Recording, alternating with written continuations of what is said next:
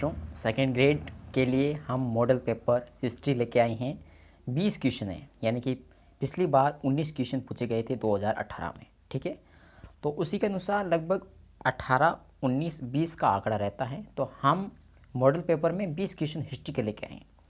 इस 20 क्वेश्चन में यदि आपने 15 सही कर लिए, आपको मन में सोचना है कौन सा आंसर है नहीं है, ऐसा आपको गिनना है कि कितने सही किए, वो आप गिन लो अपने माइंड में। ठीक है, यदि आपने 15 तक आंकड़ा कर लिया तो समझ लेना आप सेकंड ग्रेड के सिलेक्शन से बहुत नज़दीक हैं। और यदि आप 15 से नीचे चले गए, 12, 13 पर आ गए, तो थोड़ी और मेहनत की आवश्यकता है।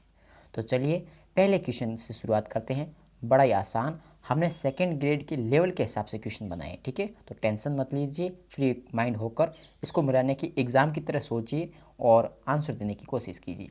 पहला है, निम्न में से कौन सा गलत है। अब आपको गलत बताना है, क्वेश्चन को ध्यान से पढ़ना है। ठीक है, एग्जाम में सबसे बड़ी गलती होती है क्वेश्चन से गलत, हम यही गलत कर देते हैं। हम पढ़ लेते निम्न में से कौन सा सही है, जबकि बीच में लिखा हुआ है गलत। क्या लिखा हुआ है?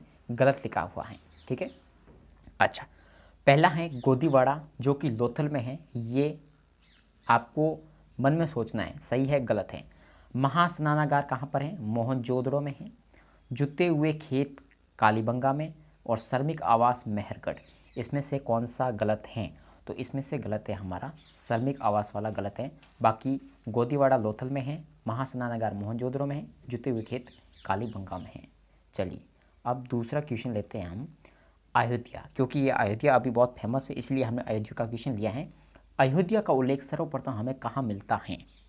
मन में इसका आंसर सोच लीजिए, मैं उत्तर बताने जा रहा हूँ। इसका आंसर है ऋग्वेद। कौन सा है? ऋग्वेद।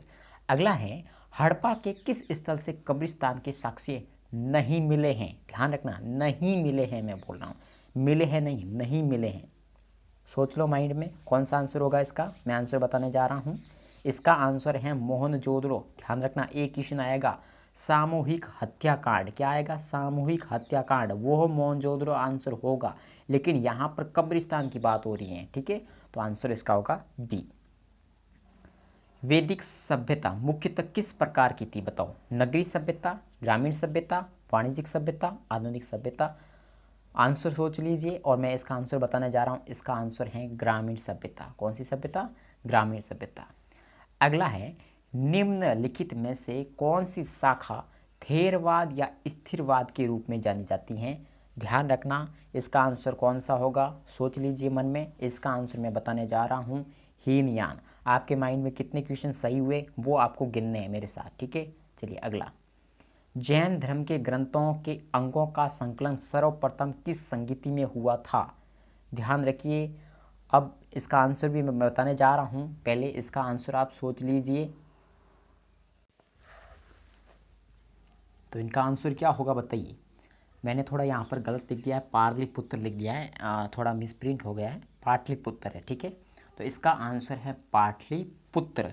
यहाँ पर है ना संकलन हुआ था। ठीक है, ये आपको ध्यान रखना, क्योंकि जो जैन संगीतियाँ होती हैं, जैसे ये प्रथम जैन परिषद थी। ठीक है, यहाँ पर क्या हुआ, जो 12 अंग थे इनको समाहित किया गया। ठीक है, दूसरी जो होती हैं वो देवती धर्म की अध्यक्षता में होती है, 5वीं शताब्दी में होती है, वो वल्लभी में होती है। ध्यान रखना, तो इसका आंसर सही होगा पाटलिपुत्र। ठीक है, अच्छा, अगला है, वास्तविकता की बहुलता का जैन सिद्धांत किस धर्म का विशिष्ट लक्षण है? बताइए। वास्तविकता की वास्तविक होते हुए बहुलता का सिद्धांत किसने दिया? इसका आंसर है जैन धर्म। कौन सा है? जैन धर्म। मौर्य काल में प्रचलित विनिमय का माध्यम कौन सा सिक्का था? ये आपको मन में सोचना है। इसका आंसर मैं बताना जा रहा हूँ। इस सिक्का था पण। कौन सा सिक्का था? पण सिक्का। निम्नलिखित में से अशोक के अभिलेख में 5 यवन शासकों का उल्लेख मिलता है। कौन सा अभिलेख है वो आपको सोचना है माइंड में। तो इसका आंसर मैं बताने जा रहा हूँ। इसका आंसर है 13वां शिलालेख। कौन सा है? 13वां शिलालेख। आपके कितने सही हुए आप गिनते रहिएगा। ठीक है, 10वां क्वेश्चन, किस इतिहासकार ने समुद्रगुप्त की वीरता से मुग्ध होकर उन्हें भारत का नेपोलियन कहना पसंद किया? इसका आंसर कौन सा होगा? सोच लीजिए। इसका आंसर है विंसेंट स्मिथ।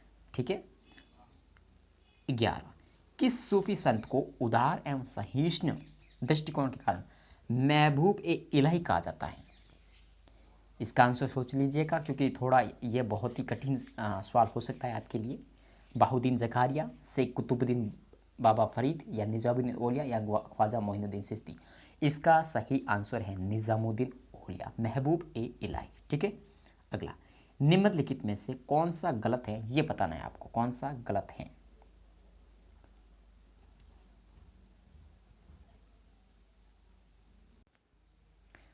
इस क्वेश्चन को मेरे हिसाब से छोड़ दीजिएगा, पता नहीं कैसे जो शब्द थे वो हट गए, पता नहीं। वीडियो सेव तो अच्छे से किया था, ये PDF पता नहीं हो गया। जैसे यहाँ पर सबसे ऊपर मैंने जैसे स्मृति संप्रदाय यहाँ पर लिखा था पहले में, और दूसरे में जो रामानुज हैं, इस रामानुज में मैंने श्री संप्रदाय लिखा था, श्री संप्रदाय। ठीक है। और माधवाचार्य मैंने लिखा था ब्रह्म संप्रदाय। ठीक है। और लास्ट वाले में लिखा था मैंने सनक संप्रदाय। ठीक है।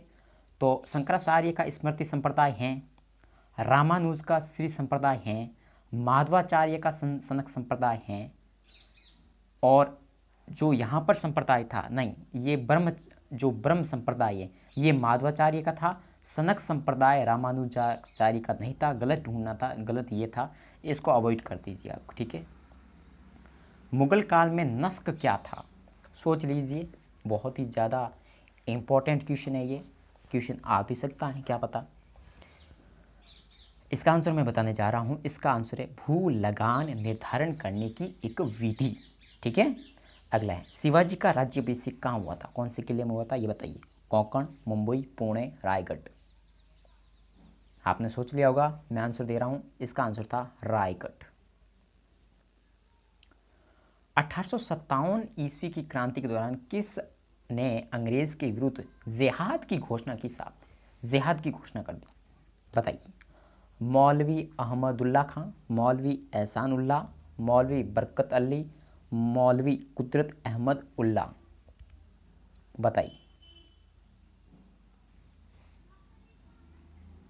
मैं इसका आंसर बता रहा हूं, इसको सोच लीजिए आप। इसका आंसर है मौलवी अहमदुल्ला। कौन है? मौलवी अहमदुल्ला। अगला, महात्मा गांधी जी ने भारत में स्वतंत्रता संग्राम में सर्वप्रथम भूख हड़ताल कहाँ की थी, सोच लीजिए इसका आंसर। इसका आंसर है अहमदाबाद श्रमिक आंदोलन में। अगला है, निम्नलिखित में से कौन काकोरी षड्यंत्र मामले से संबंधित नहीं था, आपने सोच लिया होगा। इसका आंसर मैं बताने जा रहा हूँ। शौकत उस्मानी नहीं था, बाकी राम प्रसाद बिस्मिल भी थे, चंद्रशेखर आज़ाद थे, असफुल्ला खान भी थे। अगला, अमेरिकी स्वतंत्रता की घोषणा की गई कौन से सम्मेलन में, ये बताना है आपको। मैंने अच्छे से आपको पढ़ाया और ये क्लियर है आपका मेरे हिसाब से। ठीक है। तो इसका आंसर सीधा ही मैं बता देता हूँ, दूसरा, द्वितीय महाद्वीपीय कांग्रेस में। अगला है, फ्रांस का राष्ट्रीय दिवस कब मनाया जाता है। जब हमने फ्रांस की क्रांति पढ़ी थी, फ्रांस की क्रांति कब शुरुआत हुई थी, तो वही है राष्ट्रीय दिवस 14 जुलाई 1789 को। ठीक है। अगला है, रूसी क्रांति को सफल बनाने का श्रेय किसे दिया जाता है, बताइए। रूसी क्रांति अच्छे से पढ़ाई मैंने आपको। इसका आंसर है लेनिन। अब ये सोचिए कि आपने 20 में से कितने सही किए माइंड में। अगर आप 15 तक पहुंच गए तो आप सिलेक्शन के बहुत नज़दीक हैं। यदि आप 10 तक पहुंच गए तो आपको बहुत ज़्यादा मेहनत की आवश्यकता है।